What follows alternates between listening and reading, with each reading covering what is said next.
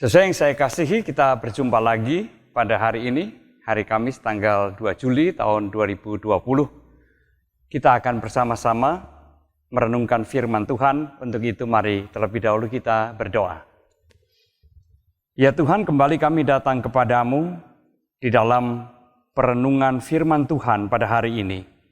Kiranya firman Tuhan boleh memberikan terang bagi kami, sehingga kami menjalani kehidupan ini sebagaimana yang Tuhan kehendaki. Di dalam nama Tuhan Yesus kami berdoa. Amin. Bacaan firman Tuhan pada hari ini akan terambil dari surat Roma pasal yang ke-7 ayat yang ke-6. Roma pasal yang ke-7 ayat yang ke-6 saya bacakan demikian. Tetapi sekarang kita telah dibebaskan dari hukum Taurat, sebab kita telah mati bagi Dia yang mengurung kita, sehingga kita sekarang melayani dalam keadaan baru menurut roh, dan bukan dalam keadaan lama menurut hukum Taurat. Demikian firman Tuhan. Sesuai yang saya kasih di dalam Tuhan Yesus Kristus, ciri dari orang yang dikuasai oleh Taurat itu adalah antara lain suka dan gampang sekali menghakimi, baik menghakimi diri sendiri ataupun juga menghakimi orang lain. Tetapi berbeda dengan orang yang hidupnya dikuasai oleh kasih karunia. Ia menyadari dan menghayati bahwa ia sudah ditebus dan diselamatkan oleh dan di dalam pengorbanan Tuhan Yesus Kristus. Tetapi orang yang hidup di dalam kasih karunia juga tetap menyadari bahwa ia adalah manusia yang lemah. Kita ini manusia yang lemah yang bisa saja jatuh ke dalam dosa.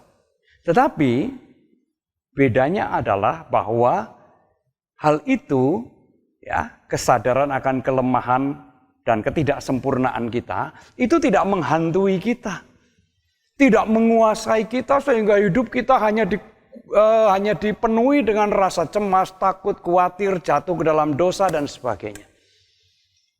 Melainkan ia menyadari betul bahwa kalaupun ia di dalam kelemahan dan ketidaksempurnaan itu jatuh, Tuhan itu murah hati. Tuhan itu berkenan untuk memimpin, untuk menolong, untuk menopang, dan mengangkat dirinya atau mengangkat diri kita. Nah, sesuai yang saya kasihi, dengan penghayatan yang semacam itu, maka hidup beriman akan dijalani dengan penuh sukacita.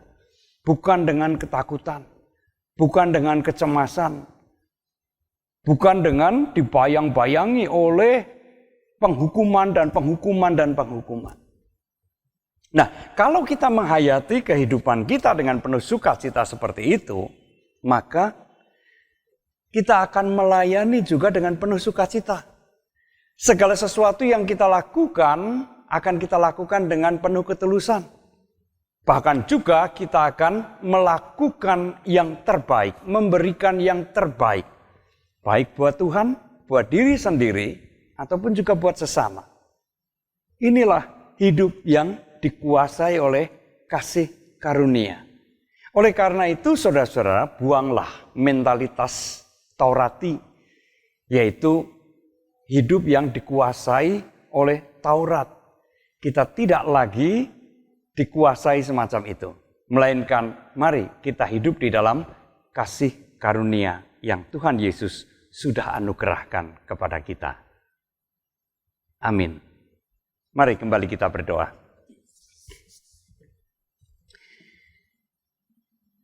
Ya Tuhan, betapa mudahnya kami ini dikuasai oleh berbagai macam ketakutan, kekhawatiran, dan kecemasan. Seolah-olah kami ini terus dibayang-bayangi oleh penghukuman Tuhan. Seringkali kami melupakan betapa besarnya kasih karunia yang Tuhan sudah berikan kepada kami. Sehingga hidup kami terus-menerus dikuasai oleh ketakutan, bukan kesukacitaan. Ajarkanlah kepada kami untuk menghayati kehidupan ini dengan penuh sukacita bahwa Tuhan itu sungguh mengasihi kami, bahwa Tuhan itu menopang kami dan menuntun kami.